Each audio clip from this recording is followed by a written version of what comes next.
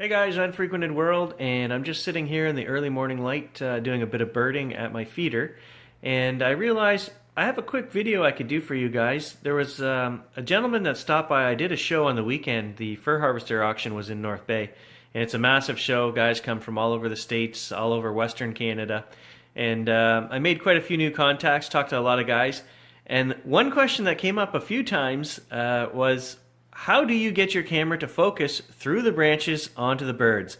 I got a couple guys that do YouTube channels and they were talking video. One guy was talking photography, but it came up multiple times.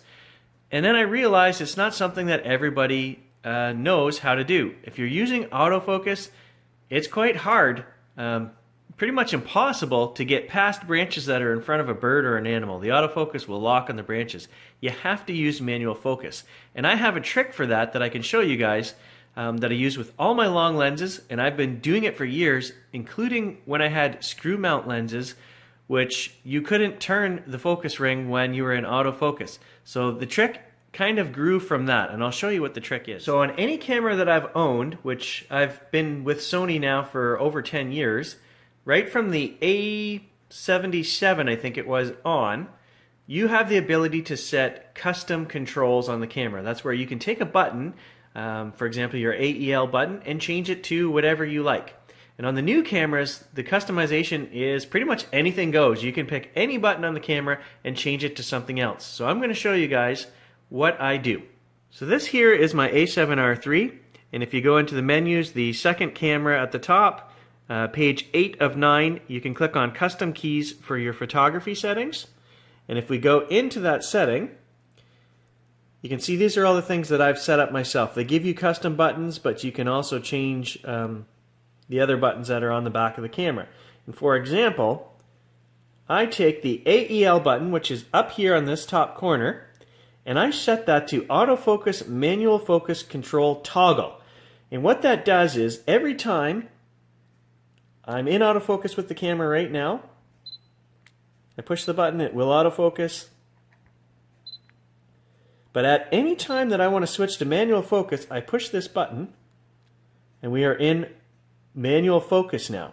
So what that allows me to do is, if I find focus on a bird that's up here, I push the AEL button, that switches to manual focus. I can now recompose my shot and push the shutter button, and it's not going to try to refocus because I'm in manual focus mode. So that's one huge trick there to lock focus. With these new cameras, what you can do, the new lenses, any new lens that has its own motor inside will allow you to turn the focus ring while you're in autofocus mode. So at any time, go back into autofocus mode. So we're in autofocus mode, but anytime I want to grab the focus ring, I can still grab it and spin it and it'll work.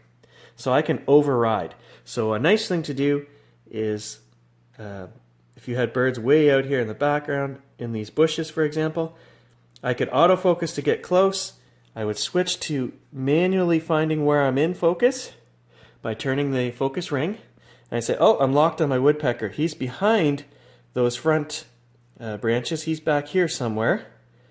And then what I do is I push that AEL button again. Boom. I lock it into manual focus mode, and now the branches in front are not going to interfere. As he moves around back there, I just simply follow him around. We're locked in manual focus. That trick came about because years ago when you had the screw drive lenses, you couldn't turn the focus ring to manually focus well in autofocus mode. So you actually had to reach around to the front of the camera, flick it into manual focus mode, and then you could turn that ring.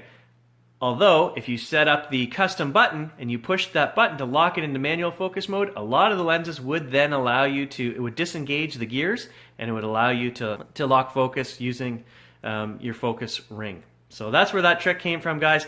That's how I do it. And when I shoot video, it's a little bit different. I do have an autofocus manual focus button on my video camera right at the front. I use the CX900, and I just do the same thing. I just push that button to switch to manual focus, and then I turn the front focus ring. And that way your focus isn't jumping in and out, trying to get past branches and things like that.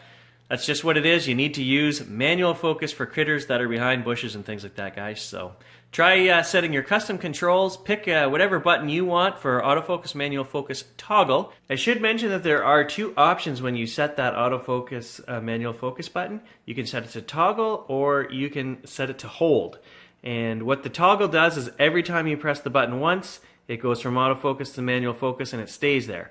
If you set it to hold, it will only go to manual focus as long as you're holding the button down. So that makes things difficult to try to follow an animal while you're trying to hold the button down. So I never use the autofocus, manual focus hold.